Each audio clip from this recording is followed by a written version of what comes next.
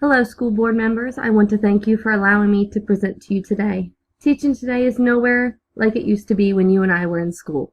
The traditional classroom with individual desks, pencil, and paper is no longer the norm.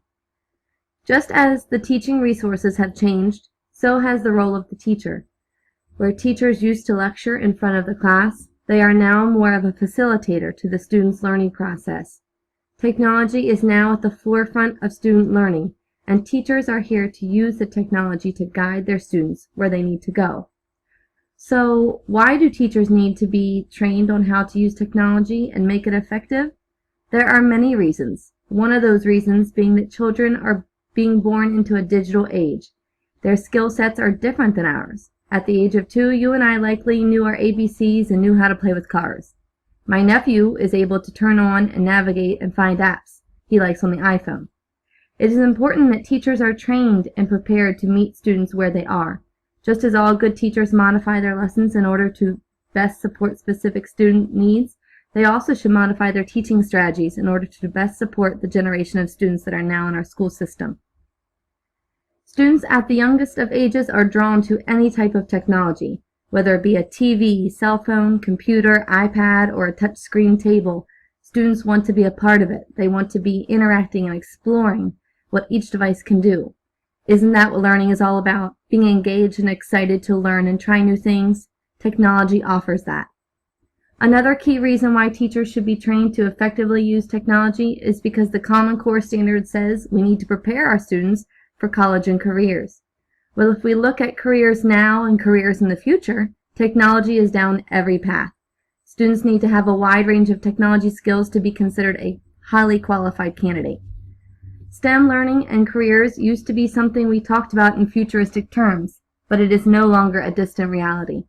If you look at this graph, you can see that by 2020, STEM is going to be pushing its way into countless career paths. Technology is a large part of STEM learning and careers. The more experiences students get with technology, the better equipped they will be to land a STEM career. Our teachers need to be able to supply our students with quality STEM experiences, and they can't do that without first being proficient with technology themselves. Many teachers in our county do have access to highly engaging technology, such as the Smartboard, but they are using these expensive resources for just their basic functions only. The Smartboard, for example, comes with a wonderful interactive software called Active Inspire, but unfortunately many teachers are not trained on how to create a flip chart or to use the board's features. They are simply using it as a projector screen. Technology is just a normal part of our students' lives and they don't know any different. For many educators, however, technology is new, challenging, and scary. They don't possess the same skill sets as younger generations when it comes to technology, and therefore they need to be adequately trained on how to use technology to support these digital learners. An important part of teacher training needs to be on troubleshooting. Even when teachers try to use the technology that they have been supplied with, it can fail. And it will fail many, many times. Technology specialists are scarce and difficult to find when you need them. Therefore, teachers should be trained on how to troubleshoot everyday difficulties. One of our goals in this county is to lessen the learning gap between students. I believe there is also a technology gap between teachers. There are many teachers that have skills to use technology to heighten their students' learning experiences. However, there are even more teachers that do not have those same skill sets. Oftentimes, new technology will be sent out to schools and classrooms with minimal instructions or training. Teachers are left to figure out how to use the equipment on their own, unpaid time. It takes a long time to become proficient at using something new, and even then, educators may not know all the tool is capable of. One of the greatest features of technology is that it is so intriguing to our children that many times they don't even realize that they are learning. They feel as though they are just playing.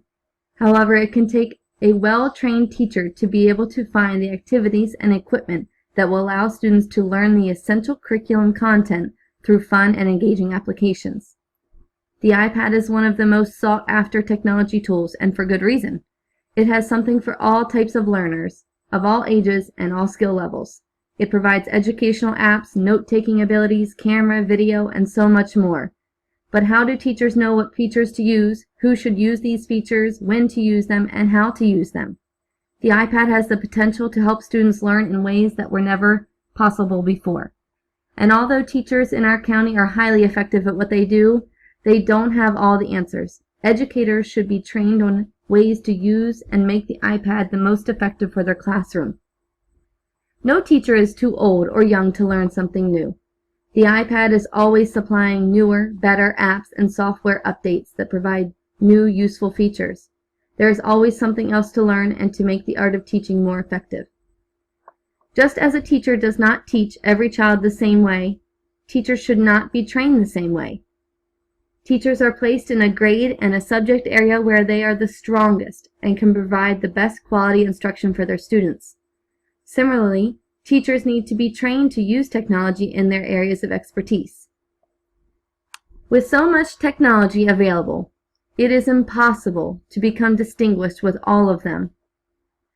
In the text called E-Learning and the Science of Instruction by Ruth Clark and Richard Mayer, they explain that the benefits gained from new technologies will depend on the extent to which they are used. This is a critical reason why training teachers to use technology effectively should be top priority. The sky is the limit when it comes to the ways teachers can implement technology into their daily classroom instruction to make a difference. I urge you to support your teachers and students by providing educators with the necessary trainings that are needed to offer our students the 21st century education that they deserve. Thank you.